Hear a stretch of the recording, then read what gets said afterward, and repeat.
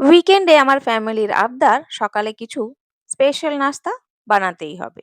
তো আমি নিয়ে নিলাম ছাতু। এখানে ১ বাটির থেকে একটু কম ছাতু নিয়ে নিয়েছি।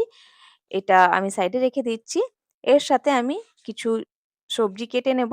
পেঁয়াজ নিয়েছি, ১ মুঠো ধনেপাতা নিয়েছি, কাঁচা লঙ্কা নিয়েছি। এগুলোকে ছোট, ছোট করে কেটে নেব। আপনারা যারা আমার ভিডিও দেখছেন তাদের কাছে একটি ছোট্ট অনুরোধ, প্লিজ চ্যানেলটাকে সাবস্ক্রাইব করে নেবেন। সাথে ভিডিওটাকে একটা লাইক দিতে পারেন। তো আমার চেষ্টা থাকে যে রেসিপিটা যাতে যেটাই আমি বানাই ব্রেকফাস্টে সেটা স্পেশাল হওয়ার সঙ্গে, সঙ্গে যেন হেলদিও হয়। তো আমি ইনগ্রিডিয়েন্ট গুলো সেরকম ভাবেই চুজ করি। তবে সবসময় যে সেটাই হয় এটা বলা যাবে না। এখন আমি এগুলোকে কেটে নিয়ে নিচ্ছি। আর এরকম ছোট, ছোট করে যেমন অমলেট কাট পেঁয়াজ হয় না? সেরকমভাবে কেটে নেবেন। আর লঙ্কা যদি আপনার বাচ্চা না খেতে চায়, বাড়িতে যদি লঙ্কা পছন্দ না করে তাহলে কম দেবেন। এখানে একটা ছোট্ট আদার টুকরোকে আমি এইভাবে গ্রেট করে নিচ্ছি। চাইলে আপনারা মিক্সিতে দিয়েও গ্রেট করে নিতে পারেন। এবার এই সমস্ত কিছুকে আমি নিয়ে নিলাম ছাতুর মধ্যে। ছাতু আমি নরমাল প্যাকেটওয়ালা যে ছাতু পাওয়া যায় সেটাই ইউজ করছি। আর ছাতু কিন্তু খুব বেশি হেলদি হয়। তো বাচ্চাদের জন্য এটা খুবই উপকারী। এখানে আমি হলুদ গুঁড়ো দিয়ে দিচ্ছি 1/4 চা চামচের মতন।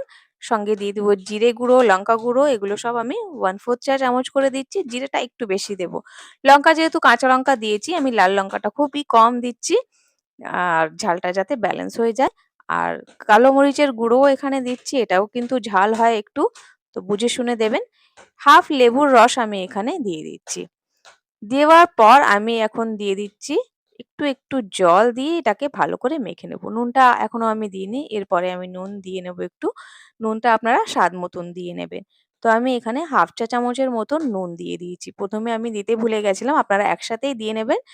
আর এবার অল্প, অল্প জল দেবেন। একটু আমি এখানে সর্ষের তেলও দিয়ে দিচ্ছি। কাঁচা সর্ষের তেল দিলে না বেশ টেস্টটা ভালো হয়। ১ টিস্পুনের মতন দিলেই হবে। এবার আমি অল্প, অল্প জল নিয়ে এটাকে একদম মাখা, মাখা করব না। একটু দেখবেন এরকম মানে ক্রাম্বল টেক্সচারটা থাকবে। একদম মাখা ডো-এর মতন করার দরকার নেই। এরকম ক্রাম্বলি টেক্সচার থাকলেই ব্যাস হয়ে গেল। এটাকে আমি এবার সাইডে রেখে দিচ্ছি। আমি নিয়েছি ২ কাপের মতন আটা। তো এই ২ কাপ আটার মধ্যে একটুখানি নুন দিয়ে দেবো, একটুখানি জোয়ান দিয়ে দিচ্ছি আমি। জোয়ানটা খুব ভালো হয় এরকম জাতীয় জিনিসপত্র বানাতে হলে জোয়ান অবশ্যই দেবেন। একটু হাত দিয়ে রগড়ে দিয়ে দিলে ভালো ফ্লেভার আসে সেইজন্য। এবার ঘি দিয়ে দিচ্ছি অল্প একটু ২ বড় চামচের মতন দিয়ে দিলে খাস্তা হবে আমাদের ব্রেকফাস্টটা। ভালো করে এটা অল্প, অল্প জল দিয়ে মেখে নেবো। একটু সফট করে মেখে নিচ্ছি। তো ডোটা যেন খুব বেশি হার্ড না হয়। একটু মিডিয়াম সফট হবে। এক্কেবারে সফট যেন না হয়। এরকমভাবে করে নিয়ে আমি এটাকে ঢাকা দিয়ে কিছুক্ষণ রেখে দিচ্ছি। এরপর আমি একটা ডিপ তৈরি করব। এখানে আমি নিয়ে নিচ্ছি সাদা দই। খুব বেশি টক না হয় এটা খেয়াল রাখবেন। এটার মধ্যে একটু নুন, চিনি ভালো করে দিয়ে মিক্স করে নিচ্ছি। আমি এখানে নুনটাকে না ফুটিয়ে রেখেছিলাম জলের সাথে সেটাই এড করলাম। কাঁচা নুন আমার বাড়িতে খাওয়া মানে নিষেধ আছে সেইজন্য আমি এইভাবে দিলাম। এবার এটাকে আমি একটু জিরে গুঁড়ো দিয়ে ভালো করে মিক্স করে নিলাম। ওপর থেকে একটুখানি আমি লাল লঙ্কার গুঁড়ো ছড়িয়ে দিলাম। দেখতে দারুণ লাগে। একটা ধনেপাতা দিয়ে দেবো। ব্যাস হয়ে গেল আমাদের ডিপটা তৈরি। এবার আমি নিয়ে নিচ্ছি সেই আটাটা আবার একটুখানি মেখে নেব। ভালো করে মেখে নেওয়াটা খুবই দরকার যাতে আমরা যখন পুরটা ভরবো তখন এটা ফেটে, ফেটে যাবে না। তো এইভাবে আমি লেচিগুলো কেটে নিলাম আর এইভাবে একটুখানি বাটির মতন করে নিয়ে এর মধ্যে পুরটাকে ভরে দেব। পুরটা কিন্তু একটু বেশি করে ভরবেন যাতে করে খেতে দারুণ লাগে। তো আমি এইভাবে ঠেসে, ঠেসে পুরটা ভরে নিচ্ছি।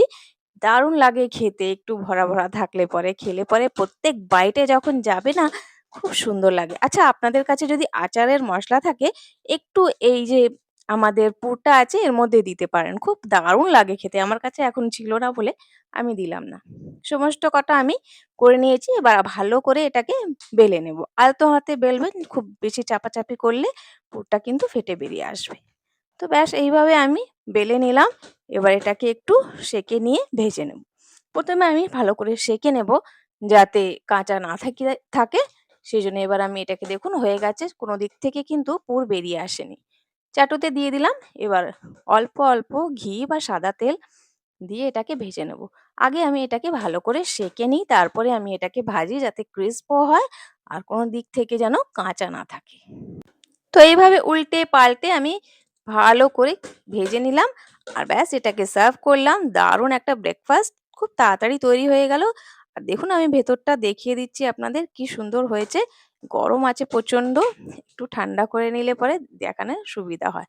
এই দেখুন কি সুন্দর ভরে আছে না একদম পুরে। খুব দারুণ লাগে দইয়ের সাথে, দইয়ের এই ডিপটার সাথে খেতে। আপনারা অবশ্যই একবার করে ট্রাই করে দেখবেন। আমার মনে হচ্ছে আপনাদেরও খুব পছন্দ হবে।